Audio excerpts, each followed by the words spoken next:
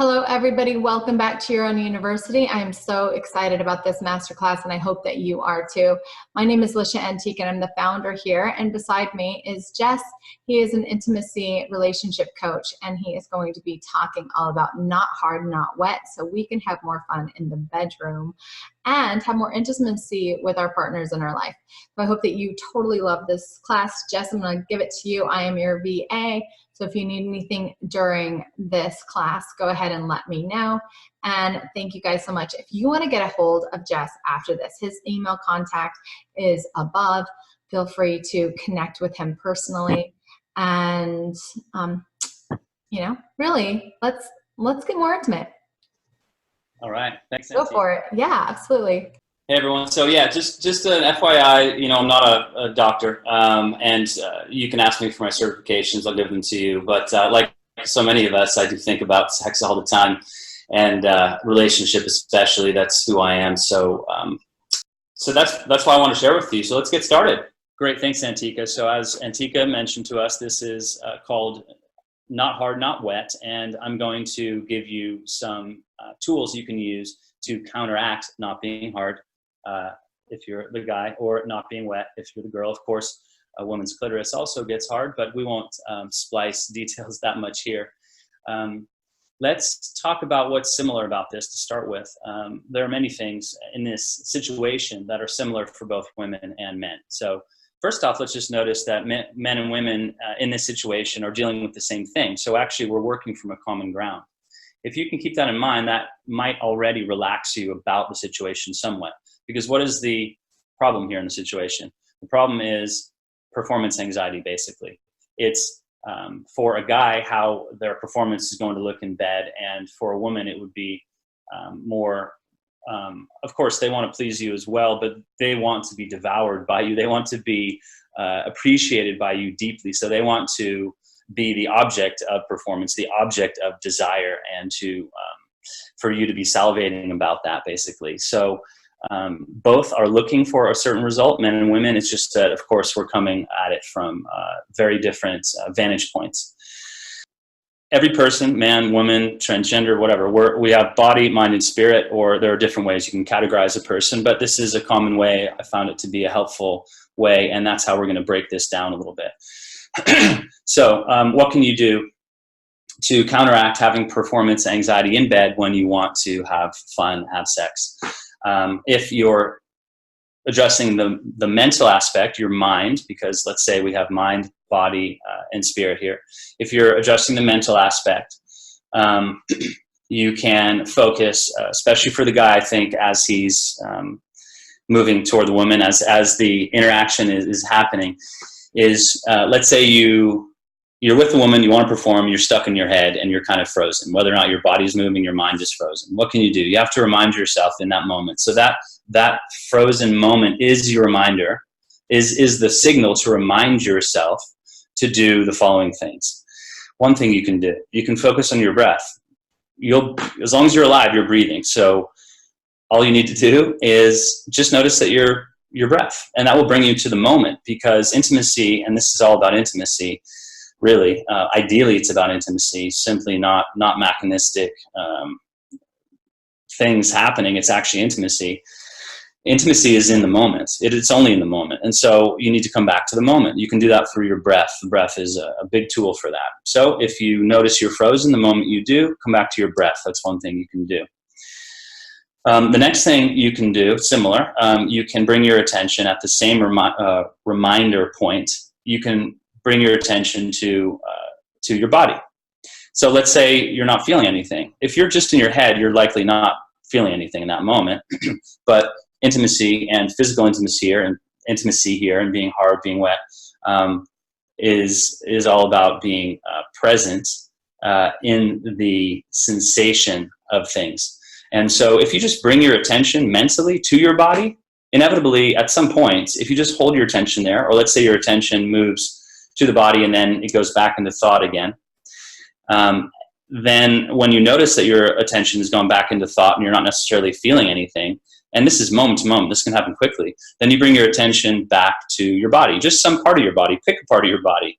You can pick your penis if you want to pick your penis, but if that brings you back into performance anxiety because you want your penis to be a certain way, which causes its own little problem, is then don't bring it there. Bring it somewhere else, anywhere. Your thumb, your pinky, your forehead, your nose.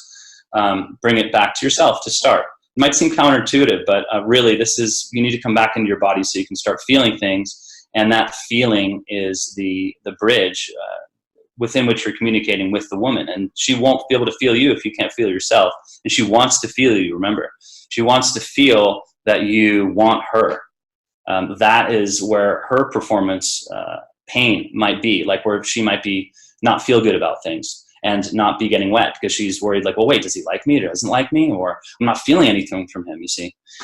So you can bring your attention to your breath, your body, and then to be a bit more subtle about it, you can bring your attention to sensation. So notice whatever you're feeling.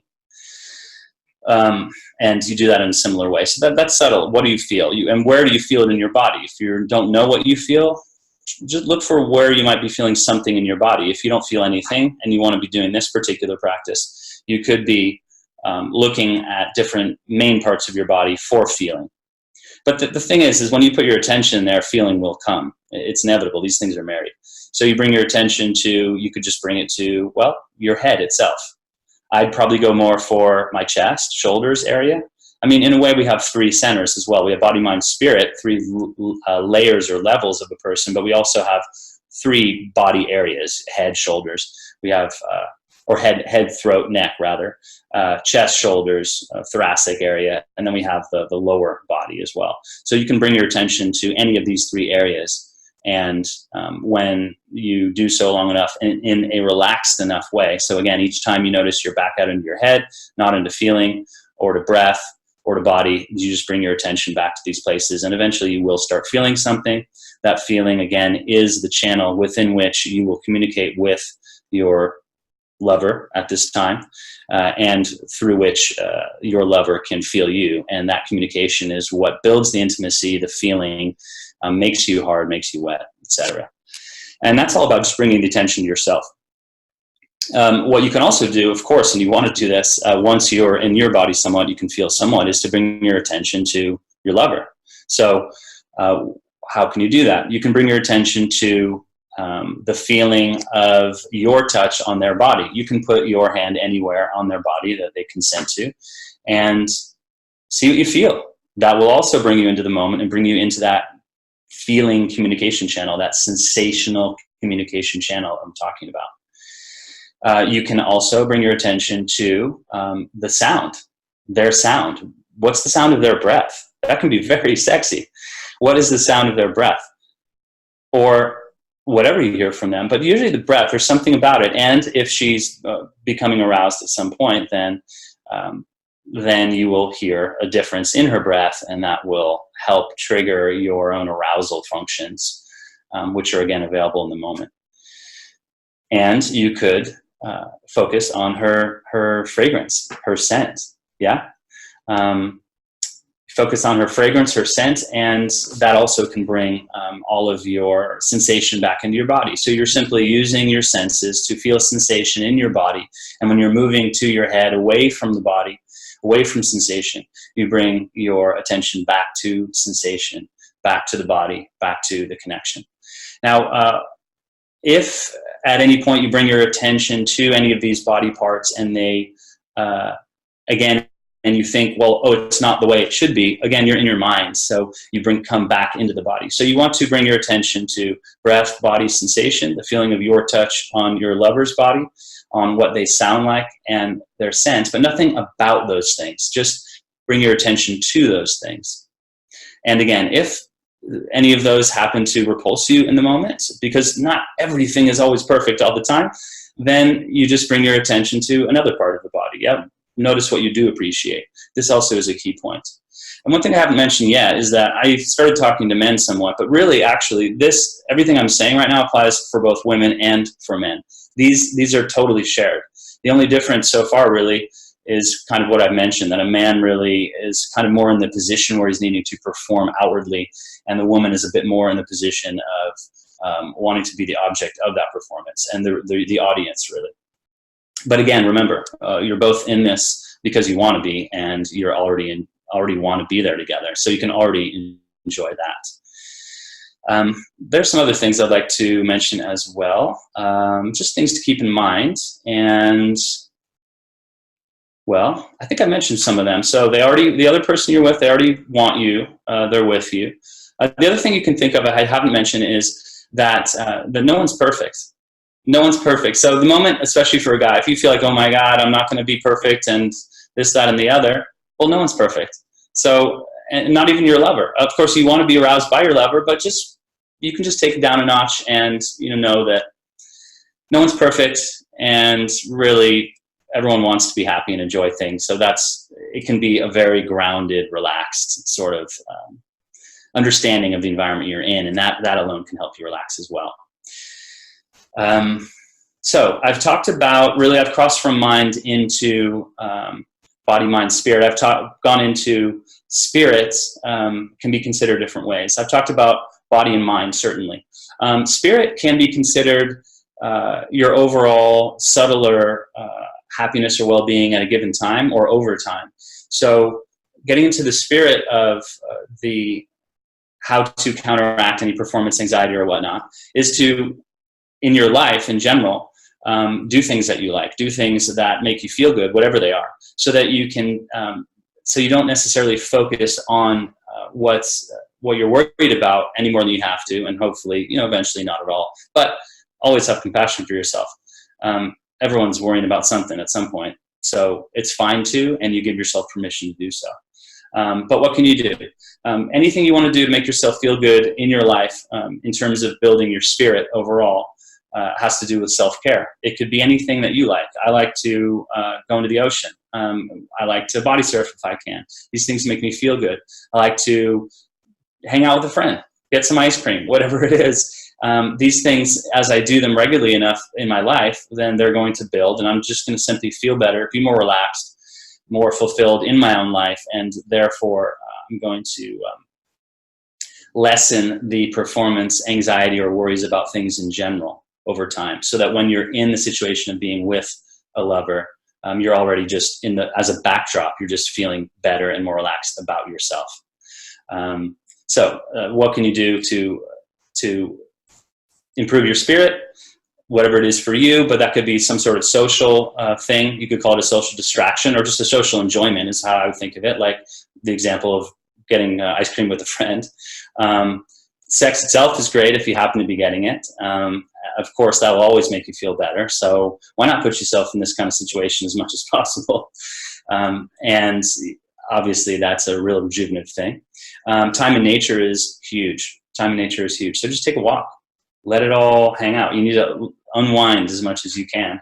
And when you're in the moment of intimacy, relaxing, that's sort of the same thing. You need to let it all unwind and be relaxed in order to feel and to interact and to enjoy. Also, diet, fitness, these things help a lot when you are fit, when you take a run, when you sprint, when you lift weights, swim, you get the endorphins going.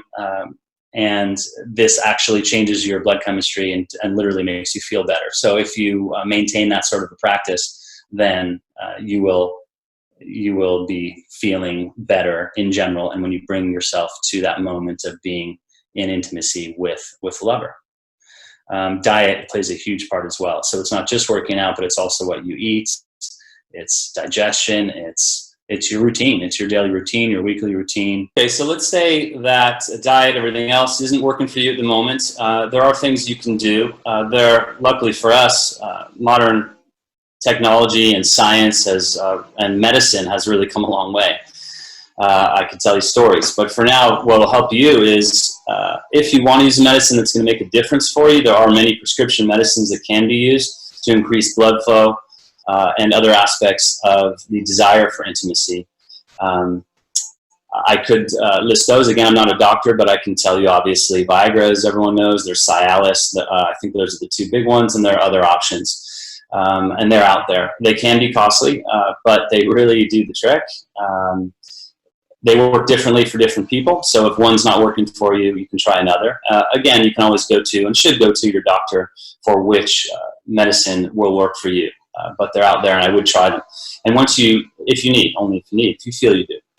Once you do, you'll see that it can work. It might take a little getting used to in terms of, like many medicines, how much to take or when, and again, you can go to your doctor for that. But as soon as you can figure out for yourself how you carry it with you, when you take it, whether you're going to be discreet about the fact that you're taking it with your lover, which is up to you, and could be its own class for that matter.